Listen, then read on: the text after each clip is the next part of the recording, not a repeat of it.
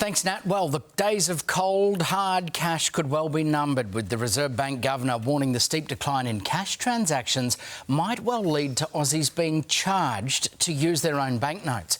Now, the number of consumer transactions done in cash has plummeted, down from 70% in 2007 to just 13% last year, and more than 700 ATMs and over 400 bank branches closed just last financial year. Joining me now to discuss is economist Evan Lucas. Evan, morning to you. This was, let's call it a sensational warning from the Reserve Bank Governor. Can you explain the logic here? Why would we be required to pay to use our own cash? So, yeah, first and foremost, Matt, I'm of the view that, being charged to use your cash is certainly something that's a long distance in the future, and also from a personal point of view should not happen. But is possible. And the reason what she was alluding to, it's what she's saying is that probably the major banks need to start absorbing some of that cost. And the reason for it is what she's alluding to is the actual businesses that transact. So what you forget when you use physical cash and hand it over, they then have to take it down to the bank. They pay a transaction to bank it, the person that has to go and do that.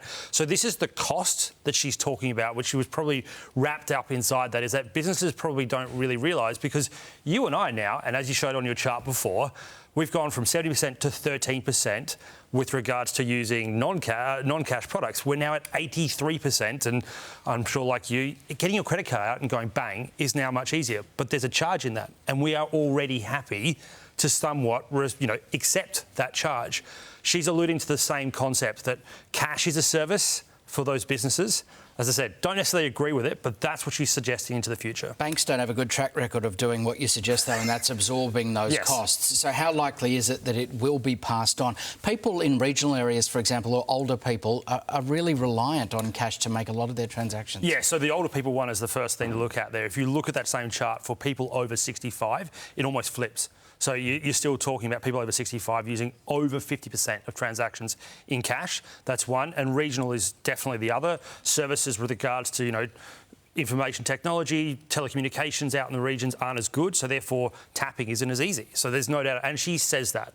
Cash will also be there for the safeguard, because if we were to have, God forbid, a transactional problem where the system went down, we'd still need something to actually physically transfer asset to asset. So cash will always be there. And again, the governor alluded that it is an essential service. It is something that will always be there. Even if we are moving away from actually using physical cash, it will always be there. But the banks are the ones to look at here. They're the ones, and I agree with you, they're not likely to take it on, but there's no doubt the use of it, the transportation of it, has to go back somewhere, and they're probably the ones to take it. Yeah, well, the amount of cash in circulation fell by over $1 billion. That was just in 2022-23. Evan Lucas, great to get your thoughts. Thank you. Thanks, Matt. Here's Nat. Yeah,